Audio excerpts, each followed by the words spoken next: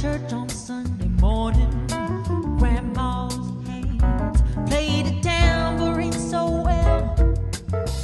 Grandma's hands used to issue out a warning. She'd say, Billy, don't you run so fast. You might fall on a piece of glass.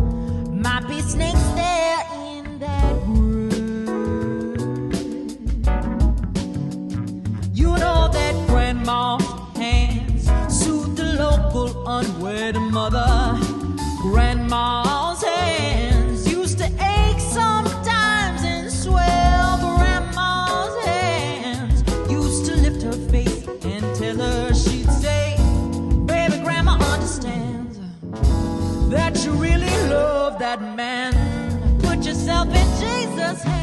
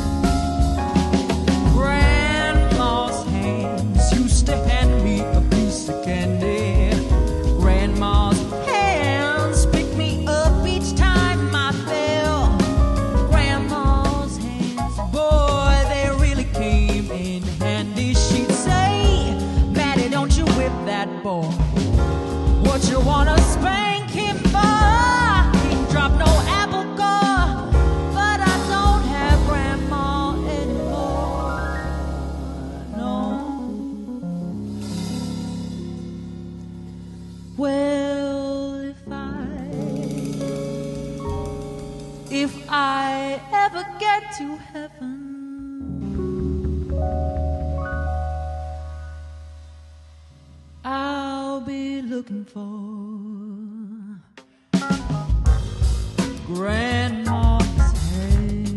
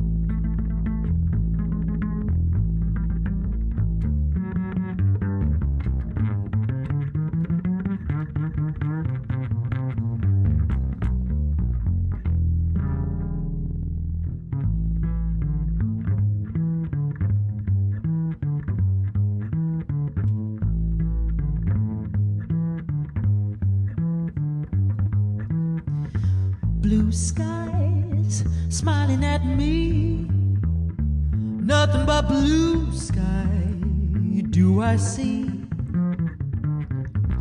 Bluebirds singing a song, nothing but bluebirds from now on.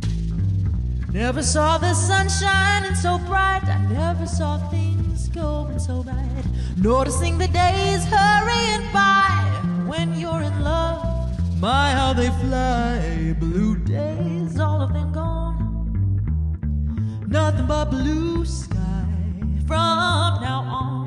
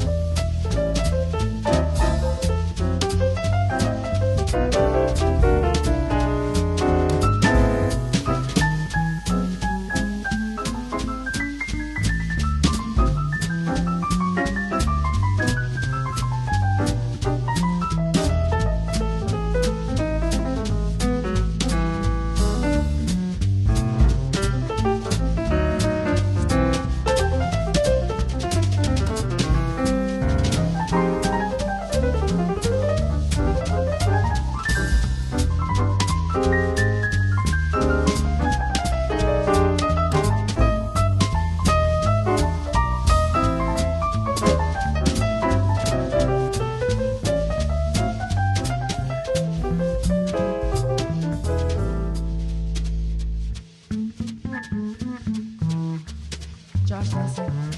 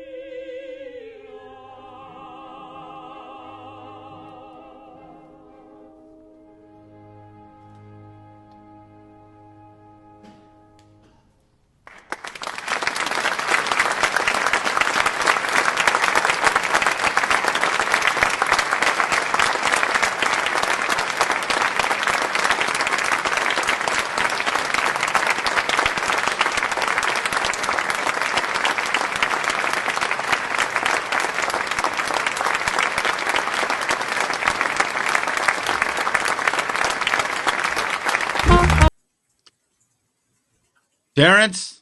Tony Guerrero. Happy Sunday. Hey, what's Terence. up, Tony? Happy Sunday to you, man. And it's a beautiful one, too. And I feel classier already. Why is that? Because we weren't listening to that low-life jazz music. I know. We were all highbrow. Well, we have a special show tonight, and it's not Fred Flintstone in the background on my phone. I should have turned it off, but tonight we have a couple of great opera singers here, John Osborn and Lynette Tapia. And who else are we bringing in? We sat down for an interview with Gary Matsumoto, one of my favorite pianists. That's right. And our friend from Alaska. Right. Alaska, Stephanie Patton. Yeah, Stephanie Patton. She's actually a jazz vocalist and has a long running. She's a DJ at a jazz station up there. So I'm really interested in hearing what she has to say about what it's like up there with the polar bears or the grizzly bears, or who knows? Maybe it's a metropolis, and I don't even know that. But really looking forward to talking. She's a sweetheart. And you got interviewed by her. I was supposed to be in Alaska next month. We had some tour dates booked up there, my first time ever, and of course they were canceled. But I was supposed to be there next month. I was supposed to spend my birthday there, which is also a hint for you to remember my birthday next month. Yes, I've got a nice skinny tie for you, my friend. Good. So I'll bring that. So we're going to start out with a little intro of John and Lynette, correct? Right. We'll learn a little bit about them there, but we're going to talk to them and learn a lot more as soon as we come back. So, and go. And I also want to remind you about.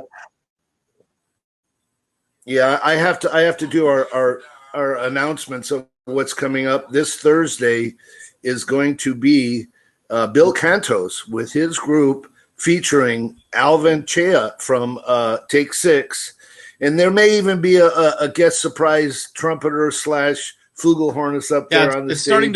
It's starting to feel like they're obligated to do that. Yes, we are obligating you at this moment, and it's going to be a lot of fun. And also, folks, this is going all over the world. And also on Thursday night, we'll be streaming it live.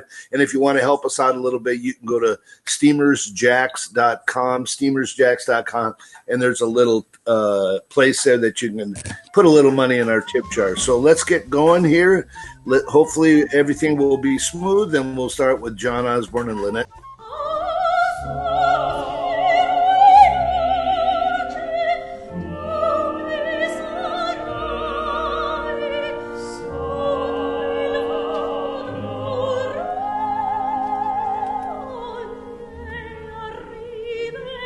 You might not be aware that a popular operatic couple make their home in South Orange County, but world-renowned tenor John Osborn and his wife, soprano Lynette Tapia, have called the OC home their entire lives.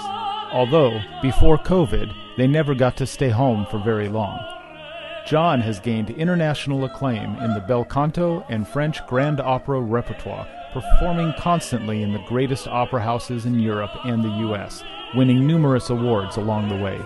Similarly, Lynette has been featured around the world performing both operatic and popular repertoire, and on rare occasions, they get to perform together, wowing audiences everywhere they go.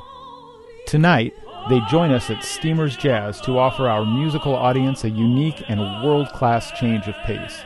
Please welcome John Osborn and Lynette Tapia to Steamers Jazz at JAX. You're live. All right. Hey. Welcome. Look who we have in between John us. and Lynette. Well, hello. Hey, guys. Hello. It's great to meet you formally both here. And, and this is a first for us on our jazz show, our variety show, having opera singers and pretty good ones at that, I notice. We're honored. Yeah, thanks for breaking the mold with us today. And it's not my first time with John and Lynette, because I've known these guys now for a long time, maybe 20 years, right? Something like that. Yeah, 20 plus. Yeah, and wow. And now you guys weren't able to see the little introduction we pre-taped for this little segment, but as I was doing the little voiceover and just going through your bios and trying to think of what to say, I realized I'm not going to say nearly as much about you as I do for most of the artists because I can't pronounce any of the stuff that's in your resume. So what I would like for you to do, for some of our people watching who aren't familiar with you, I would love for you to just tell us some of the, and this is maybe a little embarrassing for you, but I'm asking for it. So you can just let that slide, but just tell us some of the things, some of the places, the great venues you've played around the world, some of the things that you've done that, and just take a moment and brag, because I would not be able to do it justice trying to say any of those words. No, you start. All right. Well, I started out with Des Moines Metro Opera in Indianola, Iowa. That finished school there at Simpson College, and I went on to the Metropolitan Opera. At the Metropolitan Opera, I spent 3 years in the Young Artist program there. I did a few roles, and I covered some roles. I studied and worked with a lot of international great artists, and from there, I won a couple competitions, and I started, when I finished the Met Young Artist program, I was already starting to make an international career.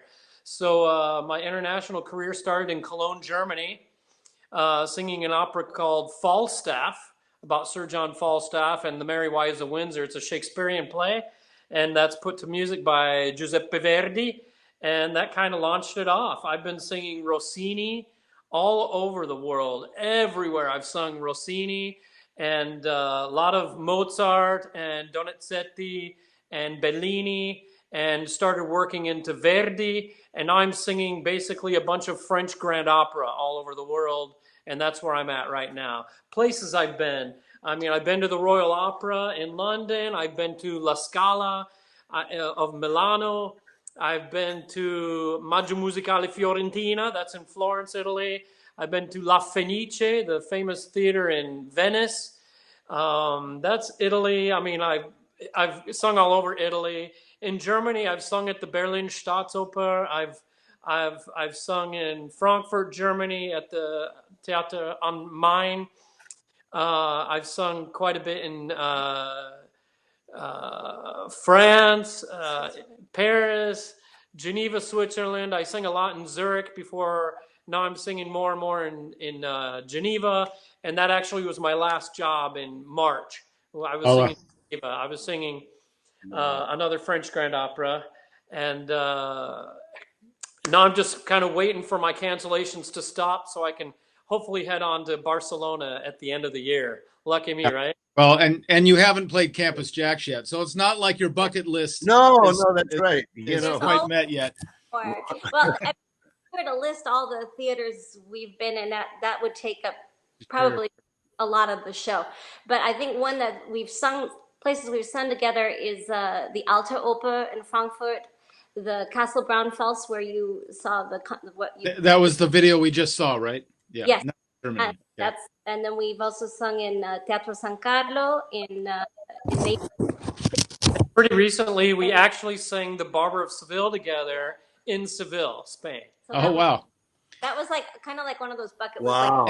And is that where you got your haircut, John? Because nobody else has a haircut these days. So. No, I was doing some electrical work and my finger got stuck in the socket. Like everything fell. Well, you know what?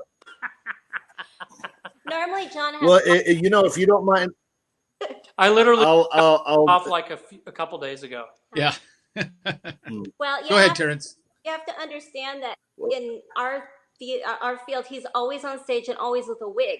So I told him years back, I was like, honey, just grow your hair out. They essentially put your hair color on, and there it is. And so he's been doing that. Well, since he's not going to be on stage until probably January, I said, well, you love short hair. Now is the time. So, right. Finalmente. Terence, what were you going to say?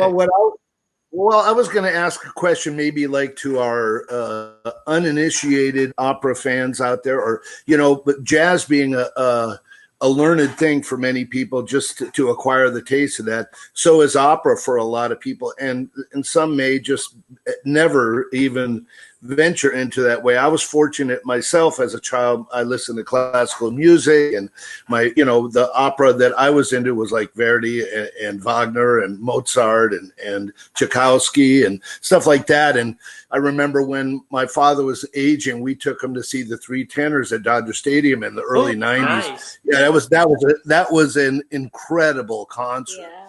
But, to be honest with you, and I still listen to it basically like a closet listener. I listen to it by myself and I sing along to it. But, there's a lot of people that they struggle to venture into that thing. And your histories, how is it that you guys, other than having gifted voices, and was there teachers or instructors that got you going that way, or what gave you the opera bug?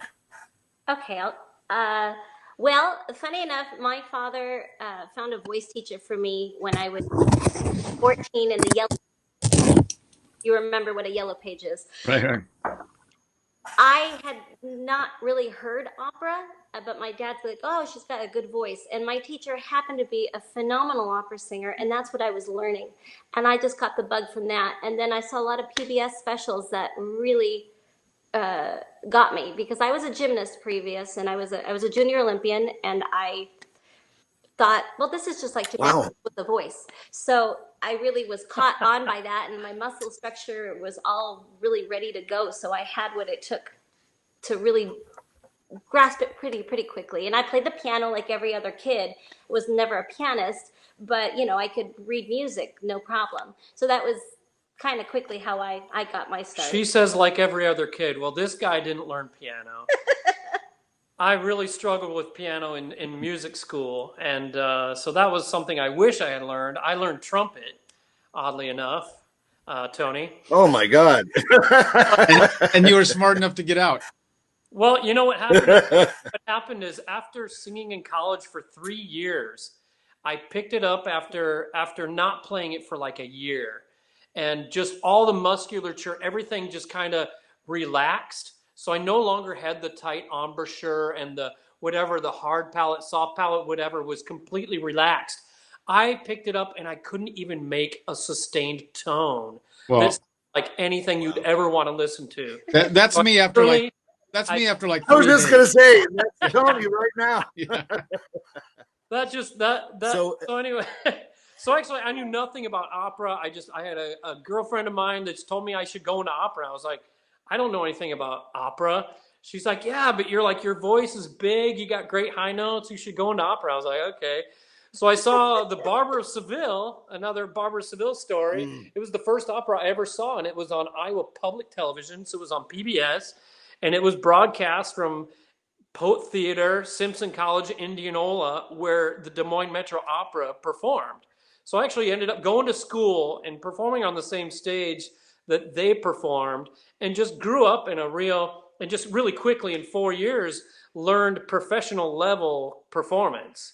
And then I won the Met competition when I was 21 years old. Yep. When I was 22, I went straight to New York. So it was just, I had to be like a sponge and absorb it all, because I was an Iowa. Yeah. I grew up just playing sports. I played baseball, and I was a huge wrestler. I loved football, basketball, and track and field, but really I was a baseball player and a wrestler. And the more I did it, the more I loved it. Yeah. For me, the opera stuff here, like in Orange County, I had friends that were in the opera. They were probably 60. They were my friends because they knew opera, and there was no. Well, opera that was here. like 17. But I was 14. Well, I'm sorry, when you started opera when you were like 15. Yeah, I did my first role when I was 15, and that was at Arrow Bear Opera Camp. And I know there's music camp there. I don't know if opera camp still exists there, but that still is in existence. And I kind of felt my way around, but I was very much like I did musical theater. I did some jazz, actually. I did a whole slew of different kinds of music. Oh, yeah. So I love the different, venues that brings you right back to, classical training helps you to do everything. It's right. Pretty. But yeah. Okay, I got a question for both of you. It doesn't have to be a tenor or a soprano. Favorite opera singer? Beverly Sills. My favorite tenor is Nikolai Gedda. He's a Swedish-Russian tenor. It doesn't have to be a tenor. Well, Yeah. Mine's a tenor. Hers is a soprano. Mine is Kurt Moll. Ooh, nice. I know, Kurt. I like the Close to your bass. voice type. Yeah. Yeah. Yeah, Yeah, I have too. He Yeah. died a few years back. I think. We don't know Actually, who you when are. I was making my debut in Cologne, Germany, Yeah. Kurt was singing Parsifal in concert yeah. at the Philharmonia in Cologne, Germany. That's when I met. Oh, I was 24 yeah. at the time. Yeah. Well, listen. Did it resonate with you? Oh yeah, like literally. Literally. I think we have a weird little delay, so if that's why we're like stepping on each other a Oh, little okay, bit. sorry. But no, it's not you. It's usually Terence. Yes. We would like to ask you to sing something for us live, if you don't mind, if we may impose on you. No problem. Let me. Can my pitch. bride I'm just go gonna get our pitch. pitches for us? And then Absolutely. We're Yeah. gonna sing a duet from Don Pasquale. It's an opera by Gaetano Donizetti. Is it Baby It's Cold Outside? No, it's called Tornami a dir che m'ami. Return to me to tell me that you love me. So we're young lovers who have just finally rejoined each other after Ernesto is my character, the tenor. He was exiled by his uncle because he was marrying a young girl, Norina. And we finally schemed and found a way to come back together. So we're singing a love duet Are you able to do in the garden. Are you able to do this without the wig? You can do it without the Hope wig. so. Can I do? No. Okay, we're gonna shut up. Okay. Okay.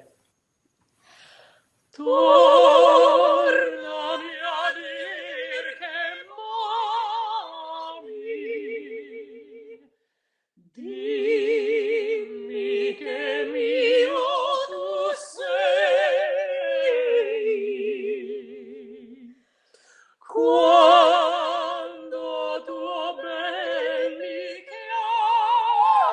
chiami, la vita addobbia in me. La voce tua si cara, la voce tua si cara, il cuore rinfranca, il cuore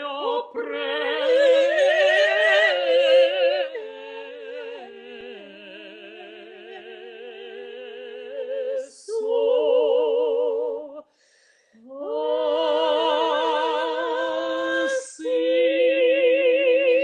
Assicurate da presso, tremo lontan da te,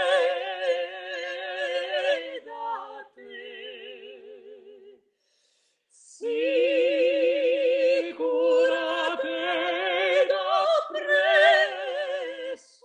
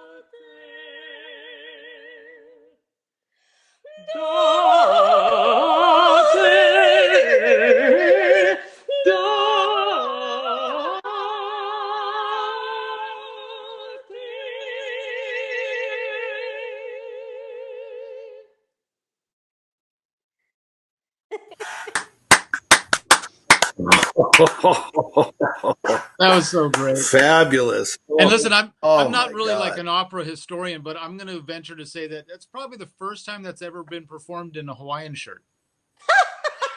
How do you know it's Hawaiian? It could be Californian. Unfortunately, today we have so many modern productions that That's true. You're right. Yeah. I actually thought, God, these would be nice costumes for a production today. There's some whack stuff going on out there, but right. Well, that's true. We're kind of purists. We like traditional opera. We love the period costumes, the wigs, the makeup, and more, I feel like, for lack of a better word, we feel like opera's getting kind of dumbed down. We're losing what opera really was all about for hundreds of years. I find very funny is that what people are attracted to is, stuff that is in period costume today. Look at Game of Thrones, look at anything like Medici, any of these so things. Many great Netflix series that are period. They're amazing. Yeah. You go to the opera and you see modern dress, and generally when I'm in the audience watching, I hear from like the younger people, like, I thought they were going to have cool costumes. Right. Yeah. It's weird to be wearing like jeans and t-shirts when everybody in the audience is more dressed up overdressed. Right. It's like so bizarre. But I do want to point out one thing that you, I like that right before you saying that you told us the story, because obviously, most of us aren't going to know the language, but you told us a story, and just even from watching you sort of act it out, we're sort of able to see some of that emotive thing. Yeah, that's our job. But that's such a big part of, like so many of the songs in the jazz repertoire come from what they call the Great American Songbook, which so many of those songs come from Broadway musicals, where these songs we all know and hear every night in jazz clubs have stories behind them. Right. And it's something I've always tried to encourage with, singer friends, like that you should know the stories to these songs. And you should be able to tell the story just like you did. Like whatever the song is, My Funny Valentine. Like this is set up this way. And so there are some singers. Sinatra was good at that. He would do that sometimes and tell the story and then emote the story. You could see that he was connecting to the lyrics, and not every singer does that. But I appreciated that you kind of gave us the background instead of just launching into it. Oh yeah, we wouldn't do that to you. Yeah. Yeah, we appreciate that you want to bring something like this to your audience as well. I started out also singing a cappella jazz stuff, stuff we would sing renditions of things, already written by other people like the Monkees and these other groups that existed back in the 40s. The nylons. I grew up singing the nylon stuff with a quintet, and I love that stuff because of the tight harmonies, and then of course, I grew up loving Take Six too, so I'm really interested to see that Alvin's on. Yeah. I think I'm going to stick around and watch the rest of the show. No, that's Thursday night live at the club. Oh, that's what? Yeah. Thursday night you can come see him, and you got to come see him with Bill Cantos. You guys know Bill. Oh, so. I know Bill. Matt knows Bill. I haven't met him. Actually, I've heard. And this is how we will introduce you guys to Campus JAX. You get up and sit in. Right. Absolutely. Again, over the years, Tony's been posting it all the time, and we're always leaving town. We're always leaving town. It just stinks, but I'm always around for like 5 days, and then I'm gone. So record for John and me. We're really planning on going. I don't know. I don't know what the situation is going to be like there, but 5 months we've been in the same house. Yeah, you guys aren't together this long at all. Yeah. No, sir. Maybe 3 months, I think, on the road, but not in the house. Right. So this is like legend. Well, we're glad you were here and able to do this. Hopefully I'll see you in person on Thursday, because actually I have a gift for you guys. So you have to let me know if you're coming. Thank you so much for what's that? And your birthday's next month, so maybe we might have to have a gift for you too. Yeah. See how that works, Terence? Yeah, I do. I scribbled some notes down. A special thanks for me too, because like I said, I'm the closet opera guy, and this is really exciting for me. So I really appreciate it. Oh, well, thank you for having us on your show. This has been really a privilege for us, and hope your viewers enjoy it and get a little touch of opera. See, we're not with horns and everything, just normal. Do you mind before we let you go, just setting up the next video? Because we're going to close out with another video, just setting up what that song is. That one, the one that's coming up is from the opera Rigoletto. Verdi. Famous opera by Verdi. And the Duke, who is famous for singing La donna immobile, qual fiume al vento, muta d'accento e di pensiero. Everyone knows that tune, right? Well, this is from Act 1, Scene 2 of Rigoletto. And the Duke has actually fallen in love with a young Christian girl named Gilda. And Gilda's being cooped up in her house all the time by her father because he doesn't trust anybody. And he's right to do that. So somehow the Duke finds his way into the house to proclaim his love that he has for this girl, and she reflects that by also falling in love with him. But then the Duke is all wormy, and he tells her that he's just a poor student. And so I guess it's okay to be in love with a poor, sweet boy student, not the wretch of a person, the Duke of Mantua. And they sing a beautiful duet together, and then someone's coming in to catch us, so we have to say goodbye to each other. And that's how it ends. We're basically saying goodbye over and over and over again. Well, we'll just say goodbye one time. Okay. So, Thanks, guys. Thanks for being with us, guys. Thanks, Tony. Thanks, Terence. See you guys.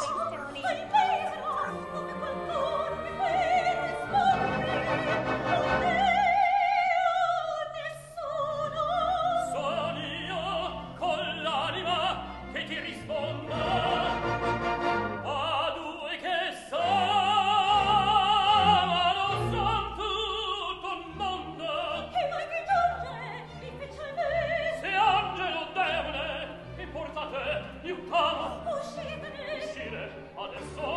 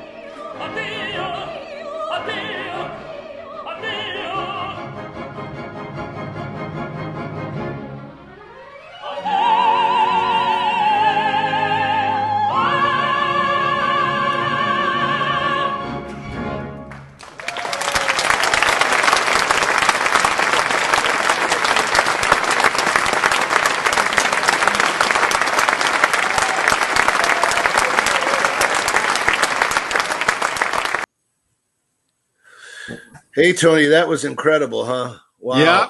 That was a first for Steamers Jazz, a first for Campus JAX, and wow, I was really moved by that. Next up is the Steamers JAX Opera House. There you go. The next build. Might as well. Yeah. The grand old opera, right? Anyway, listen, before we bring our next guest, Stephanie Patton, in, we want to talk a little bit about what's going on upcoming this Thursday at Campus JAX Live in our socially distant bistro setting. You know, please come and see Bill Cantos' group, the trio, and he's got special guest Alvin Chia from Take Six is going to be there, and we understand that some guy named Tony Guerrero may sit in on his flugelhorn, whatever. I'm not sure. But anyway, if you've not seen it, please come there. Tickets are available at campusjax.com. And we've set it up where we're all within the boundaries. Everyone's wearing masks and gloves. The tables are spread apart. We have a full-blown stage, video, sound, the whole works. It's just like you're at an outdoor concert. We've got umbrellas and the food's great. Please come on down, buy your tickets. They're $15. We do accommodate singles also, or you can buy just a table, whatever you want to do. But please do that. And also we will, if you can't make it, like if you're in Alaska or something, you can always see it streamed live on Facebook.com/Campus JAX or /JAXhideaway, or go to my page or Tony's page and it'll be streaming right there. And anything else, Tony? No, I was just going to say we're about to introduce our next guest, which is somebody that one of the great things about social media is that, we've all gotten to meet people we never would have met or might not have met otherwise. And Stephanie is one. So we're going to say a little hello in this intro, and then we're going to welcome her onto the show. Cool.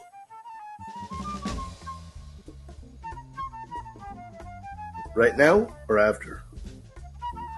Well, I want to remind everyone to go to steamersjax.com, steamersjax.com. We have a virtual tip jar there where we can, if you guys really like what we're doing, I think this is our 22nd, Tony, 23rd show that we've done, plus the Thursdays, like 10 Thursdays now in a row, we're streaming live, and it does cost money and all that stuff to do it. Stephanie Patton make money. We just want to help continue and perpetuate this. Go to steamersjax.com. Throw a buck or two or 10 or whatever in the virtual tip jar. We'd be very appreciative. So let's go see that Stephanie intro roll, and we'll talk to her live in a bit. Stephanie Patton was born in Sitka, Alaska in 1984 and grew up in Ketchikan. The music studio was like a second home to her, as she frequently went with her father to his long-standing Sunday jazz show at the local public station, which still airs today.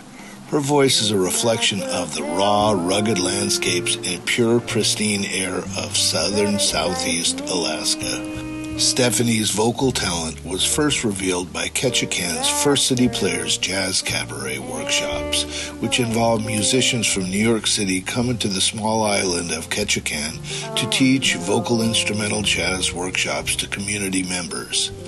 Stephanie is quickly becoming known as Southeast Alaska's First Lady of Jazz, with her natural delivery of pure, rich tones under a tidal current of swing. She's been compared to singers like Sarah Vaughan, Diana Krall, and Nora Jones. Steamers Jazz at Campus JAX is happy and proud to present Stephanie Patton. Welcome, Stephanie. Hi. Hey, Stephanie. How are you doing? I'm doing really well. It's an honor to be here on your show. Thank you so much for having me. Oh. Well, we are honored to have you. We've had a lot of great musicians on, and not only are you a singer, though, but now I'm a little extra nervous because we have a professional interviewer that we have to interview.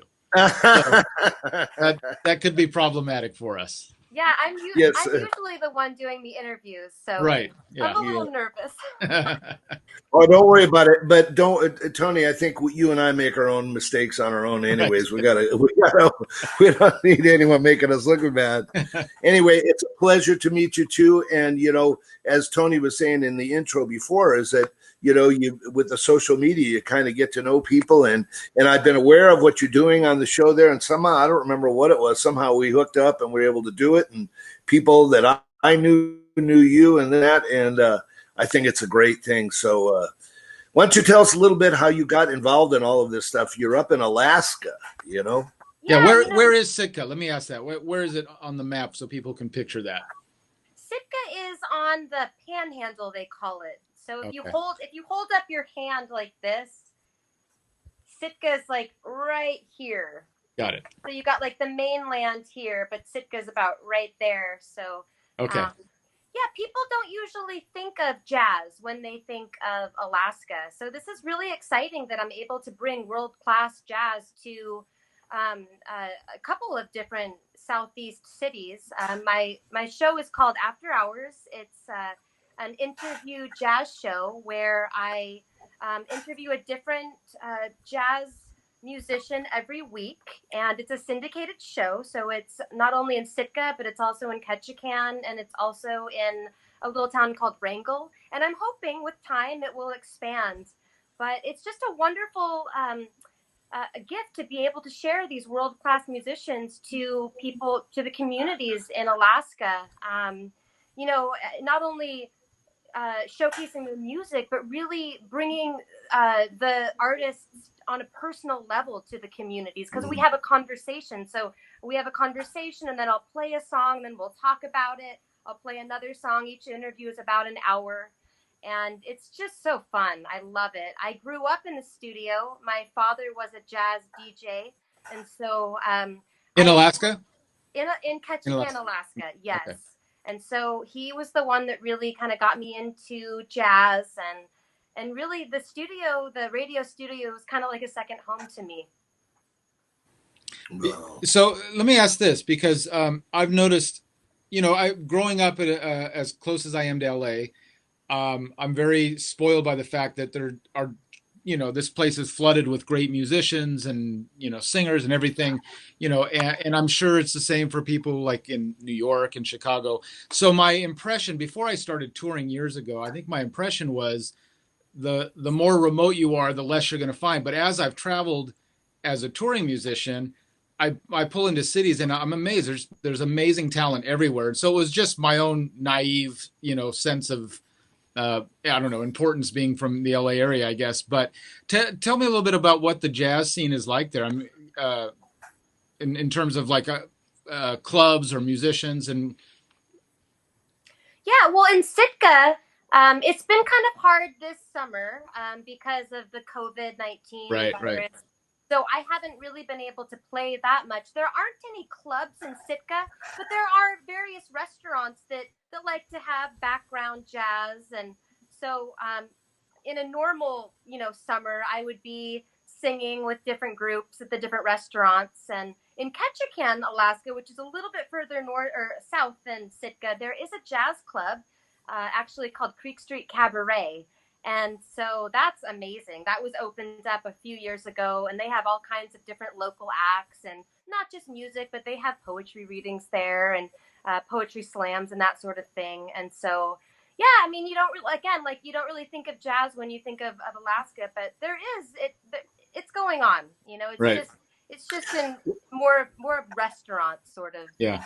I pulled into a tiny little blip of a town in I want to say maybe North Dakota once something, and I heard one of the greatest trumpet players I've ever heard was playing in this little club there, just a local guy, and he just was so fantastic. So I learned right away to stop thinking that way. But it's always now I'm always fascinated to when I go to places like that I've never been, and that you don't associate with jazz, like to get out and hear the local players and hear the musicians. And I think I told you online that I was supposed to be in Alaska next month, and those dates, of course, got canceled. We were supposed to do about 3 or 4 dates there, but.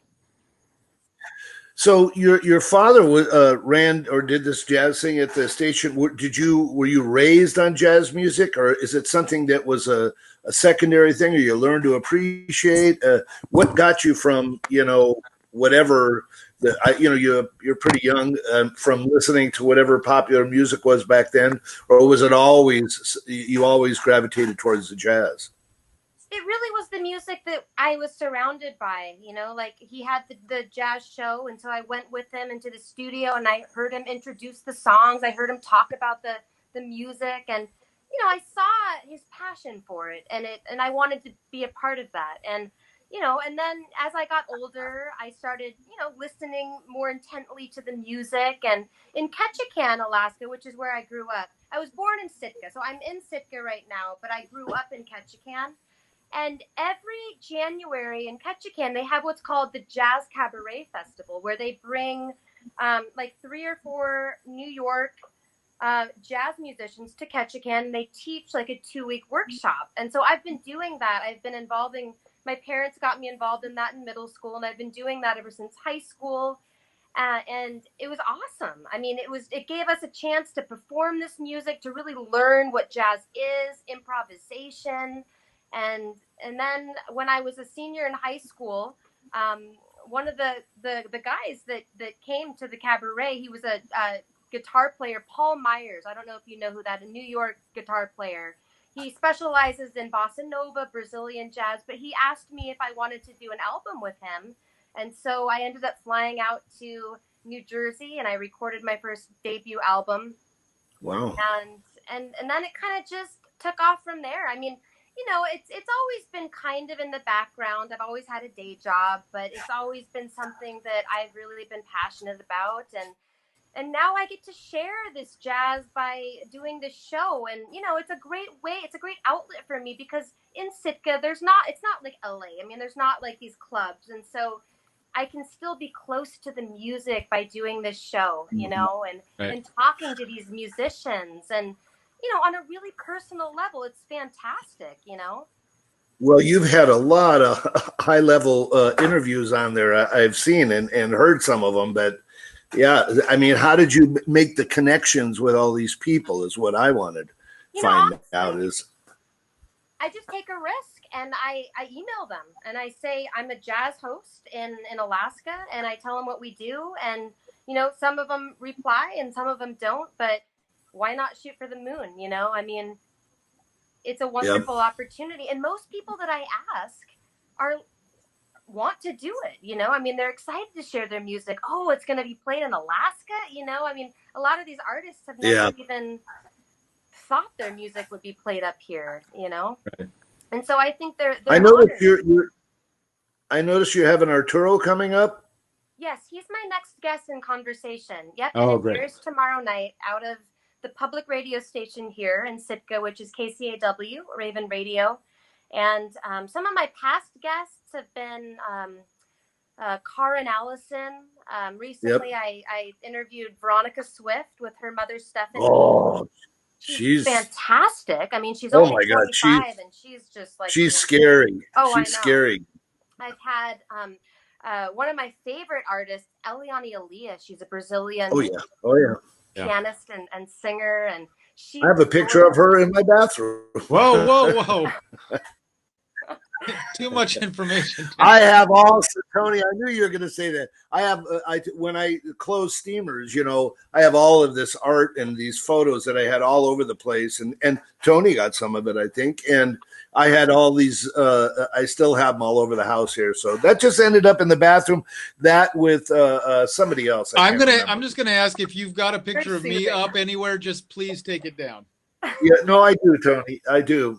You're my screensaver on my iPhone, okay? All right, back to Stephanie.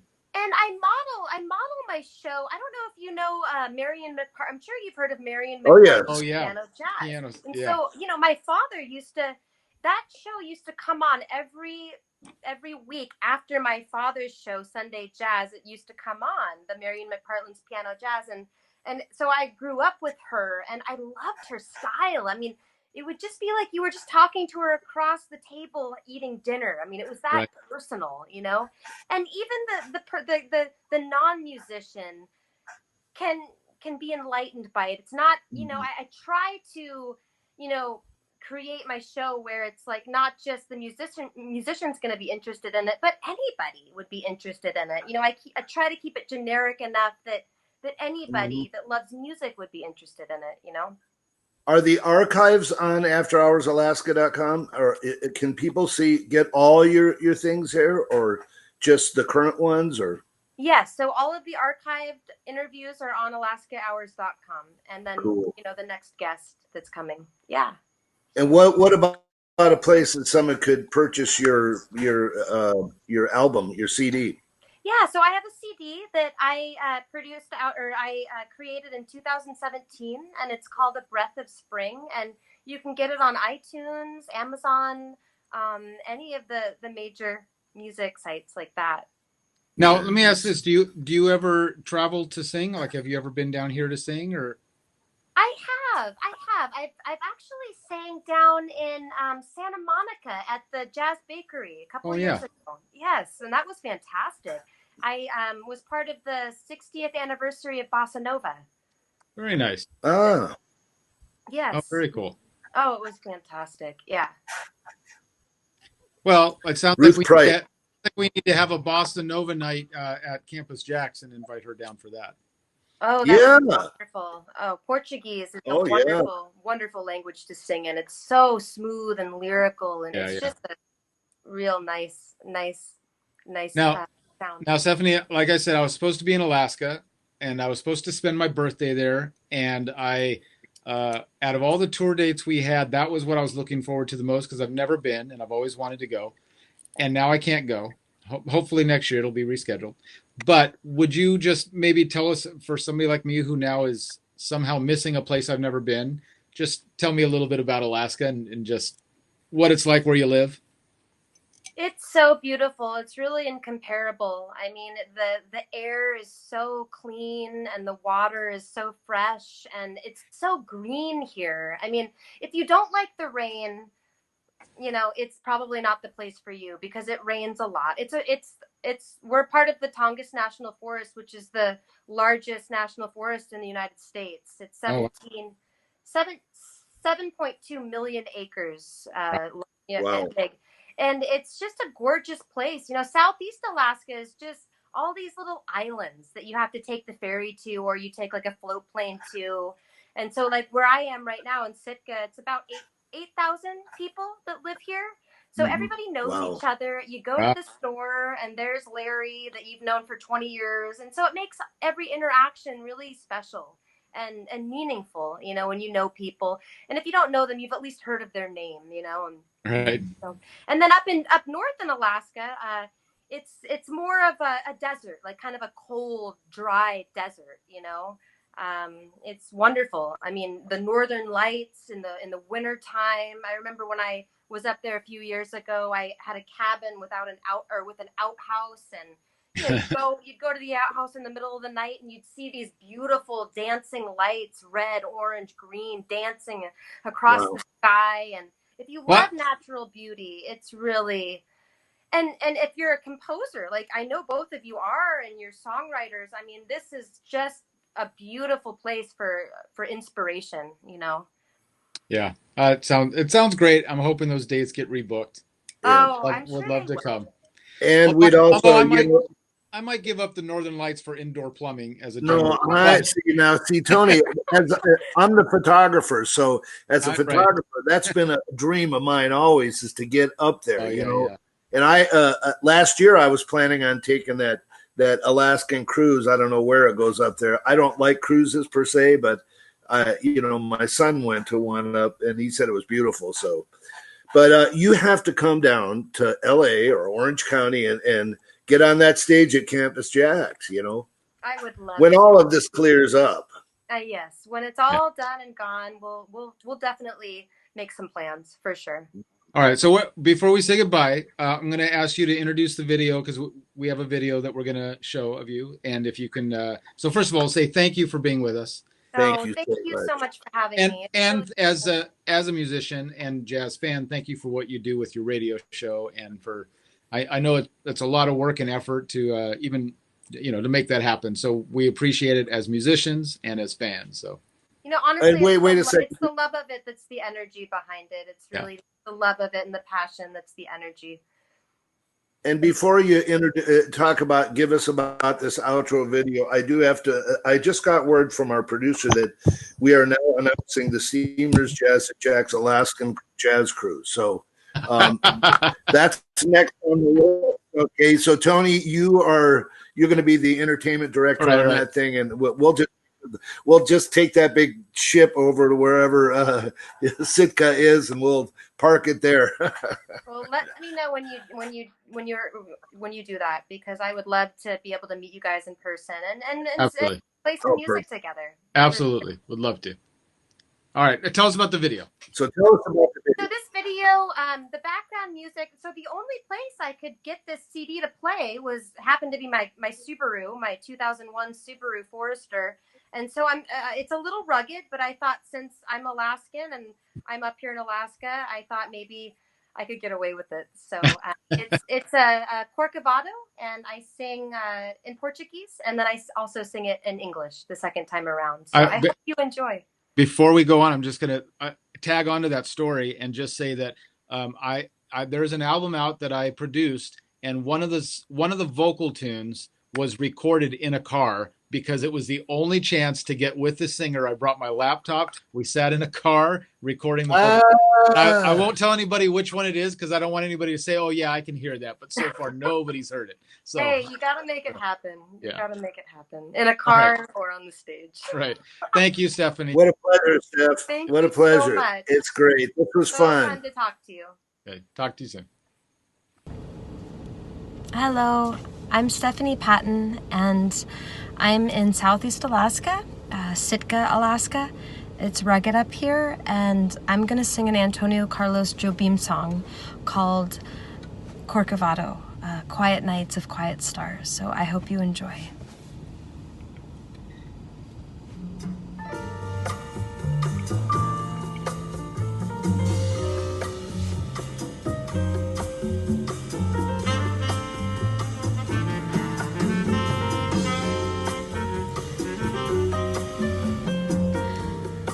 Cantinho violão, este amor uma canção pra fazer feliz quem se ama. Muita cama para pensar, ter tempo para sonhar. Da janela vê-se o Corcovado, o Redentor, que lindo. Quero vida sempre assim, com você perto de mim, até o apagar de velha chama. E ao que era triste, descrente deste mundo, ao encantar, você enganha-se. Que felicidade, meu amor.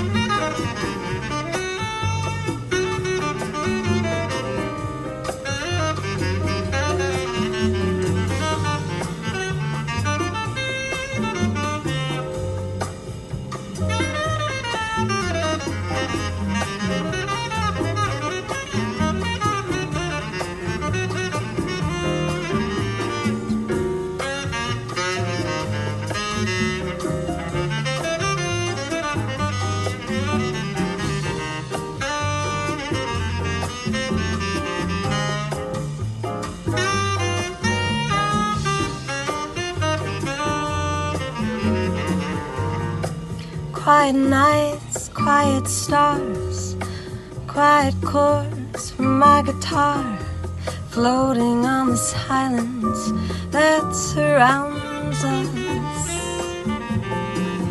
Quiet thoughts and quiet dreams, quiet walks by quiet streams, and a window looking on the mountains and the sea.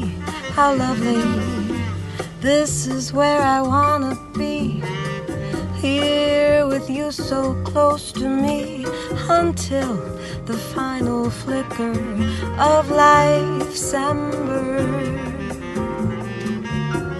I, who was lost and lonely, believing life was only a bitter, tragic joke I've found with you.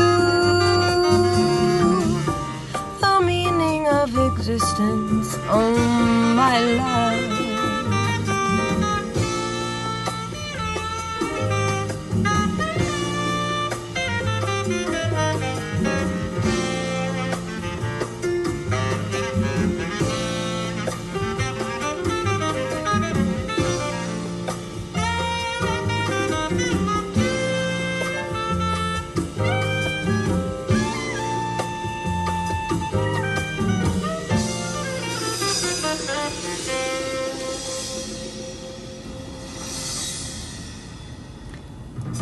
Thank you so much. Wow. Stephanie, if you're still listening, I am That was impressed. fantastic. Oh, I know. She's got the time, the pitch, the phrasing, just wow. Yeah. And in a car. She can sing. Yeah. And the car performance. And a very what a sweetheart.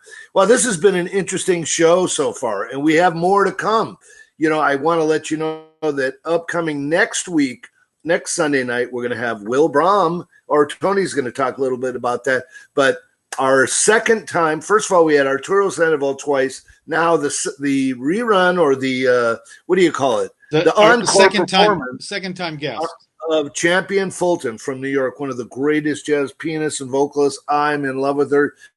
She does a live stream herself. Then it's probably good there's 3,000 miles between you.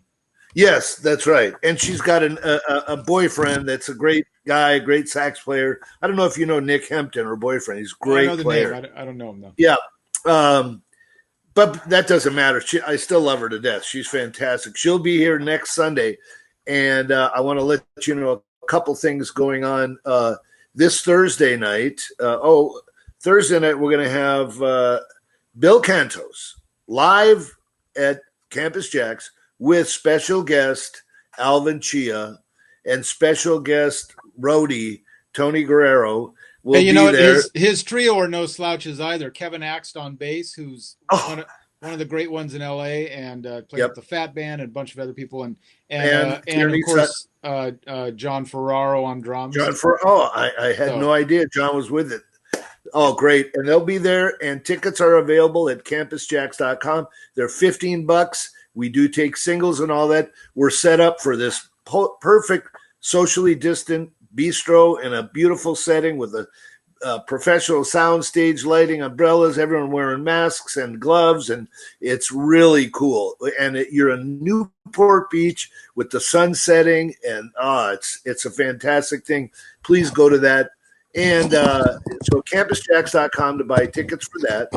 You can help us out here continuing these streams by going to steamersjax.com and put a little in the tip jar for all you people that are doing it. And if you cannot make it Thursday and you want to watch it live, you can go to Facebook /CampusJax or /JAXhideaway. And we want to continue bringing you these incredible different jazz artists and different things. Like we brought you opera tonight. And that was fabulous. I mean, I don't want to cast aspersions here, but you could have worn a tie for that. I know. I did underneath the shirt. You don't see it.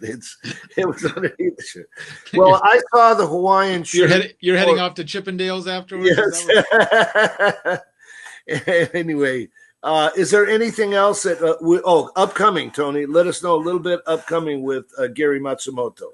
Well, Gary is just one of the great piano players in town. I love any night I get to play with him. He's, aside from just being a great player, he's a great guy to just be around. Yeah. And so we had fun doing this little pre-interview with him that we did. I mean, pre-taped interview that we did the other night with our special guest, the Umbrella Man. Yes. We give a little spoiler to the Umbrella Man. Hats off. We'll just say one thing. When you're watching the thing, keep your eye on the umbrella. Keep your eye on the umbrella. And this man is working very hard to keep Campus JAX going and Steamers Jazz at Campus JAX. So laser focused with his work that he had no idea we were there. And then we had the rowdy pickup truck chick making noise. What a blast. Total fun. I can't wait to see it. Tony, we're going to come back after this with this interview. We'll say goodbye to everybody. CampusJax.com, tickets for Thursday night. SteamersJax.com. Put a little something in the tip jar for us. Say hello to Gary Matsumoto now. Yeah.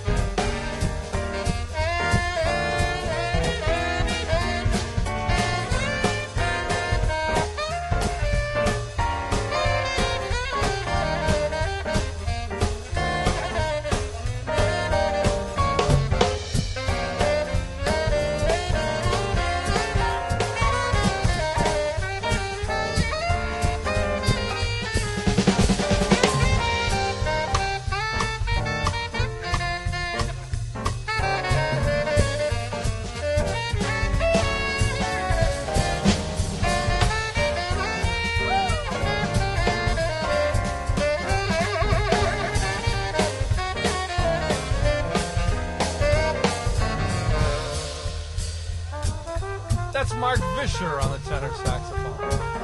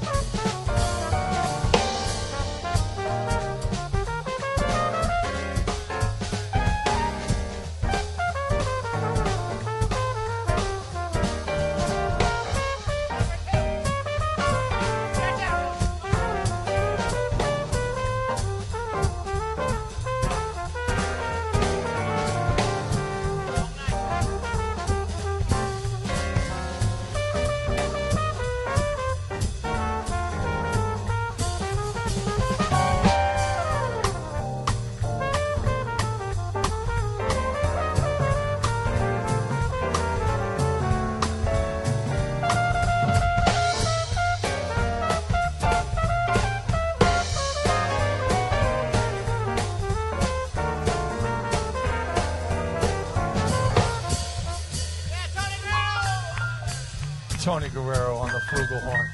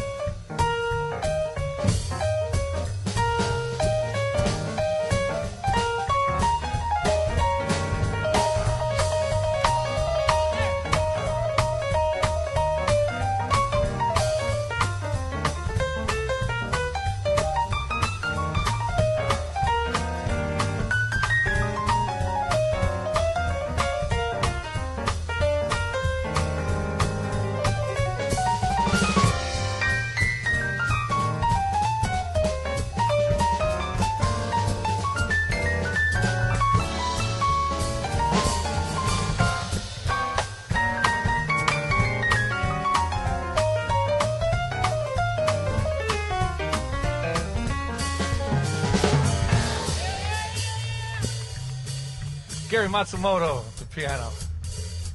He brought that one from home.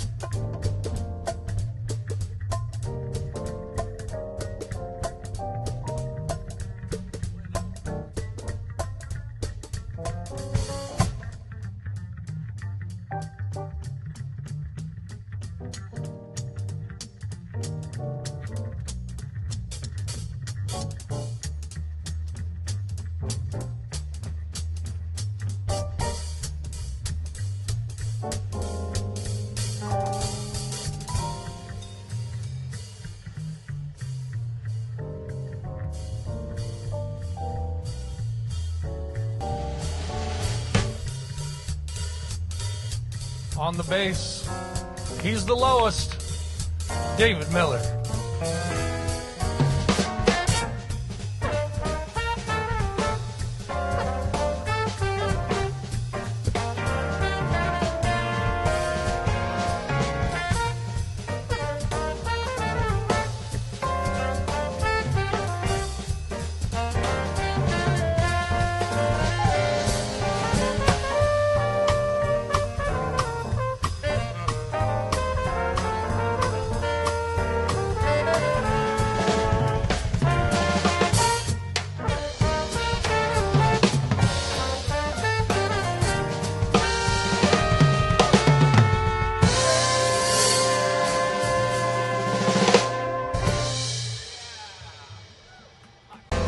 Gary Matsumoto was born and raised in Los Angeles, where he still calls home.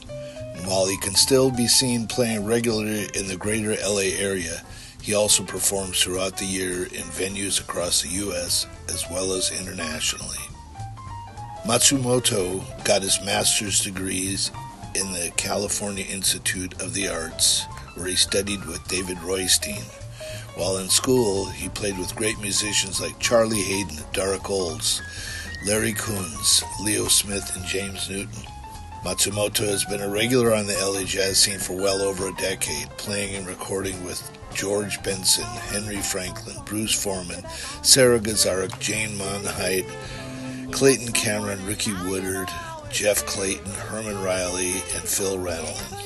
In 2003, he went on tour with famed MC guitarist Wayne Kramer, opening for Cheap Trick. Steamers Jazz at Campus JAX is proud to present our friend, Gary Matsumoto. Hey, look who we've got with us. It's Tony Guerrero. No. It's Gary Matsumoto. How you doing? How you guys doing? It's great to see you, man. Well, it's great to be here. Thanks for having me. And I'm sorry Terence didn't dress up. That's right. Oh, well, you know, actually, I think it's... I donated my black tie to a very That's close true. friend. This is a gift from Terence tonight. Yeah, Oh, wow. It's good because he didn't have any ties previously. I know, Pretty sure. Right. It was a gift that only cost me $35. It's great to have you on the show here. And, you know, Gary, you and I go way, way back at Steamers.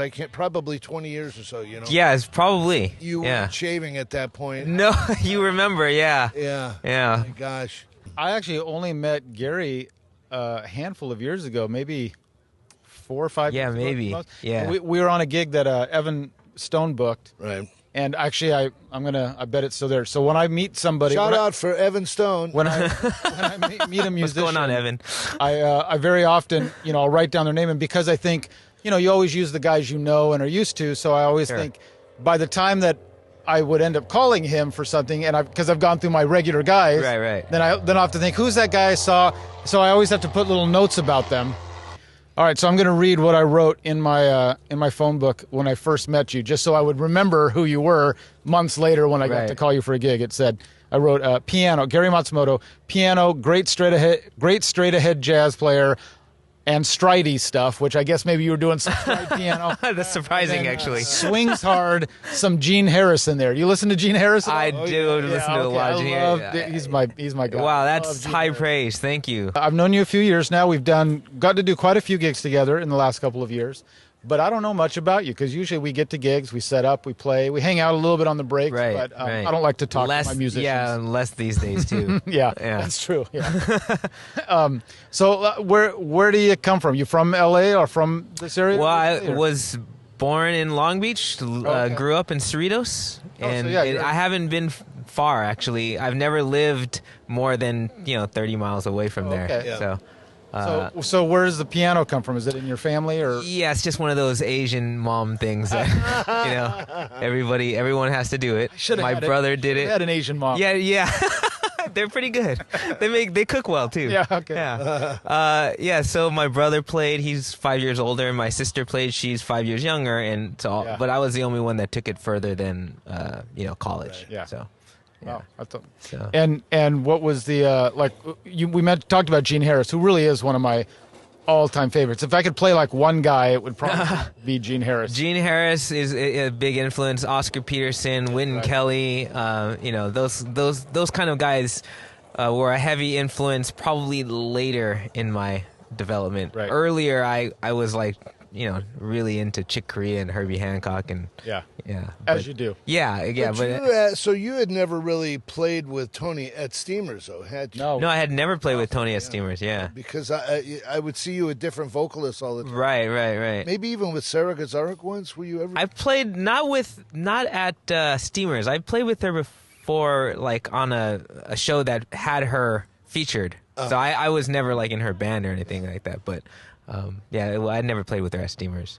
But Jules Day, I remember. Oh, wow. Yeah, she was there. She's living in France, right? Yeah, I think so. Somewhere in Europe. I think that's France. when she was Julie, right? Yeah, that was when she was. That's how we know her. We know her as Julie, but she got too cool for that at some point and dropped the end. I don't know what it is. She changed her name. Yeah, I don't know what happened. Antonio did the same thing. Right. My full name is Miguel Antonio Guerrero, yes, and I can't actually pronounce my own name correctly. I can't roll my R's, so I'm quite at the embarrassment to my family. Tell me a little bit about your own. Like I saw. Where did I see you? So I bumped into him just last night. Mm-hmm. My family, we went out for Candace's birthday in Laguna Beach, and we're walking down the street. I'm like, oh, there's a piano player out there. And we walked by, and it was Gary. And I noticed you had a CD there, but I've never heard any of your solo projects. Well, tell me about some of your solo stuff. That is the only solo project I've ever done, and it was over 10 years ago now. Oh, really? I was gonna say, Henry Franklin was on it. Tony Austin is on it. And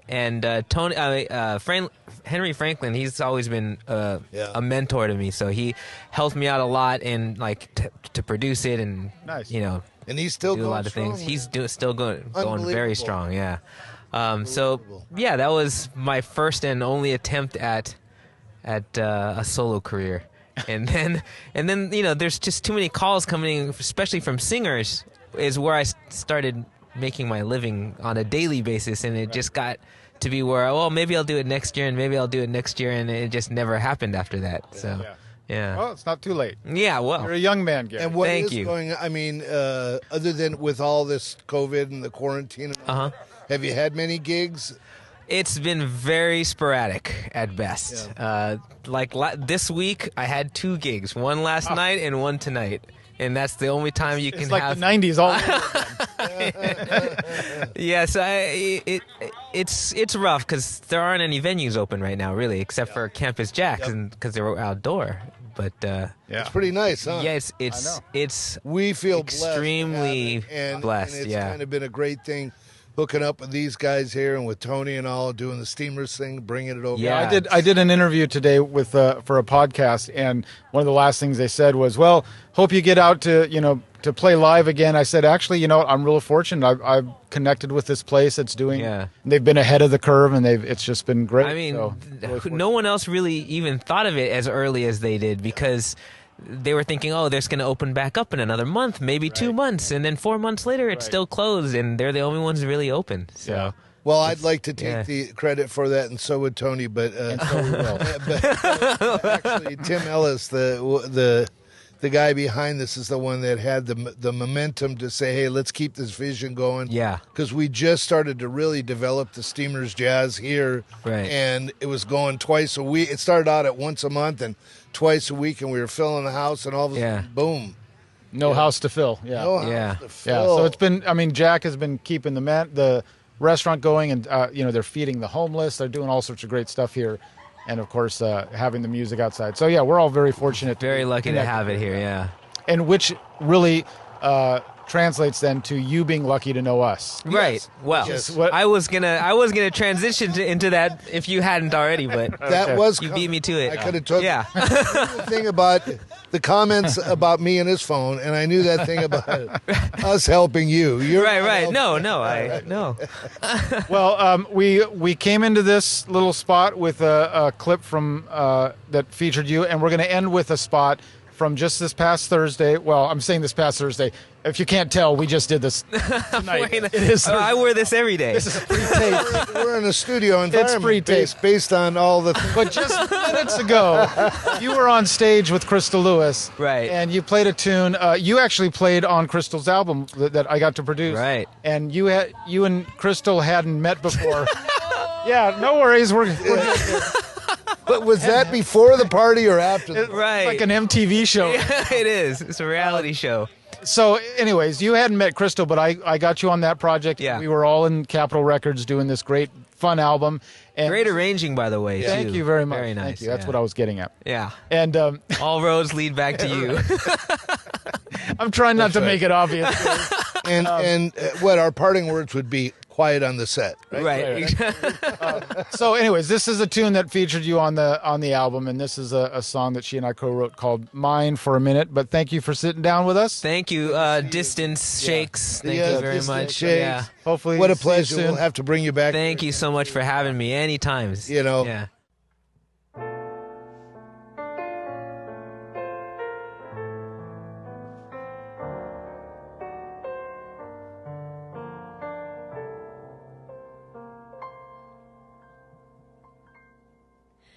Maybe I've seen one too many movies. Maybe my dreams too pie in the sky. Maybe I ignored the obvious signs, but you can't blame a girl for trying. Funny how life can turn on a dime. A shift can occur, no reason or rhyme. Like a wrench in the wheel of a paradigm. Like snow in the middle of summertime. I don't understand, I admit it. You were only mine for a minute. Everything changed, but at least I can say I was yours, you were mine for a minute.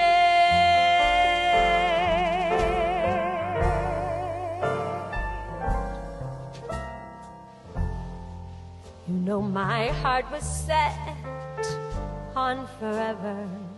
I know you can't always get what you want. So I'm living with longing indefinitely, happily haunted by memories. Use the prayers that we made were not meant to be answered. The plans that we made are not meant to be. But I can't complain, for the truth is, you see, I don't regret the time you spent with me. I don't understand, I admit it. You were only mine for a minute. Everything's changed, but at least I can say I was yours. You were mine for a minute.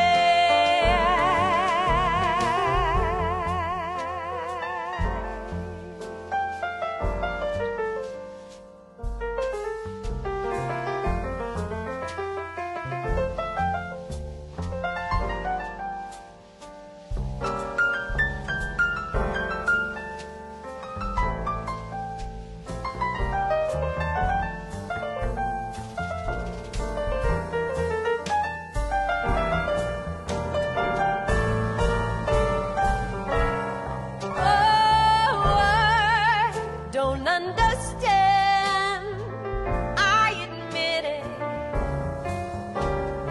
You were only mine for a minute. Everything changed, but at least I can say I was yours. You were mine for a minute.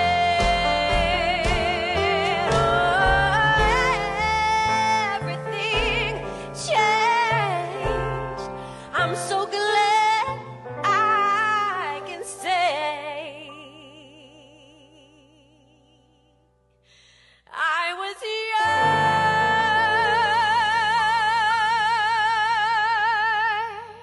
yours. You were mine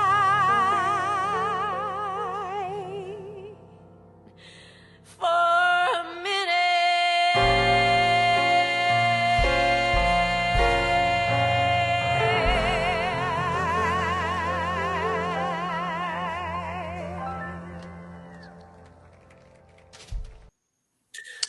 Well, we've done it again. We've done it again. We have done it again. I know. My What did we God. do, Terence?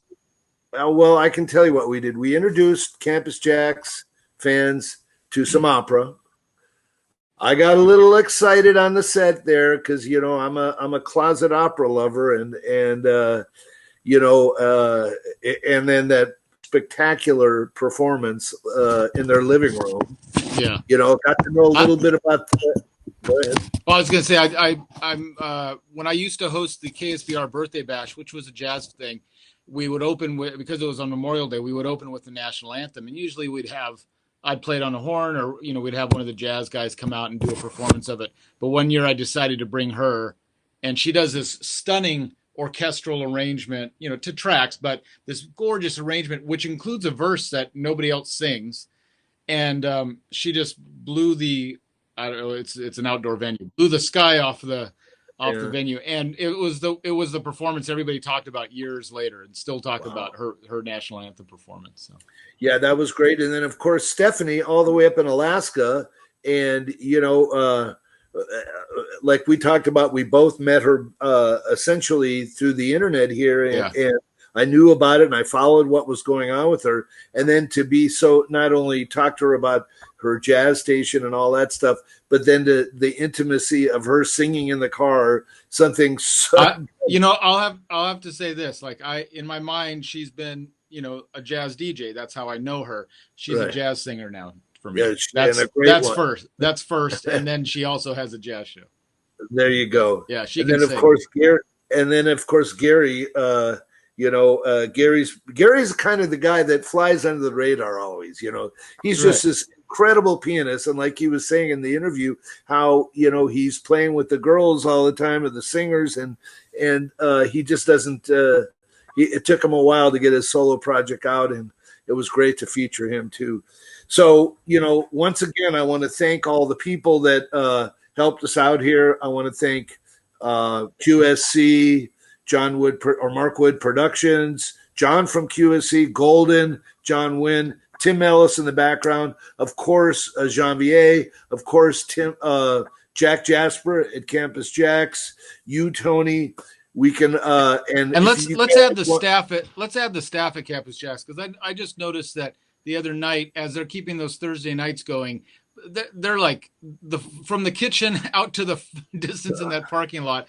That's a lot of work for those people. Yeah, for those of you who have not been there to enjoy the Thursday nights, which, by the way, this upcoming Thursday, Bill Cantos is going to be there with the killer band with Alvin Chia, and then we also Kevin Axt on bass and John Ferraro on drums, and it's beautifully set up. We have this wonderful parking lot with AstroTurf on the ground, and everybody's separated. But the way the stage goes, the girls have to do probably a 50-yard dash from there to get it, and they are walking quickly. And so I want to thank all the girls there, and of course Lauren, the manager, who's keeping it together. Jack's out there taking temperatures of people, and there's a lot to keep this going. And if you want to help us out, show up. Tickets are available at campusjax.com. They're $15. We accept singles and all that, or a table, whatever you want. And then also to help us continue and perpetuate this live streaming stuff, go to steamersjax.com. Anything else, Tony? No, I think that's it. That felt good tonight. It felt really good. Yeah. And I love you, Mike. I'll see you on Thursday, and I love you too. We'll see you soon. Thanks, everybody, for watching.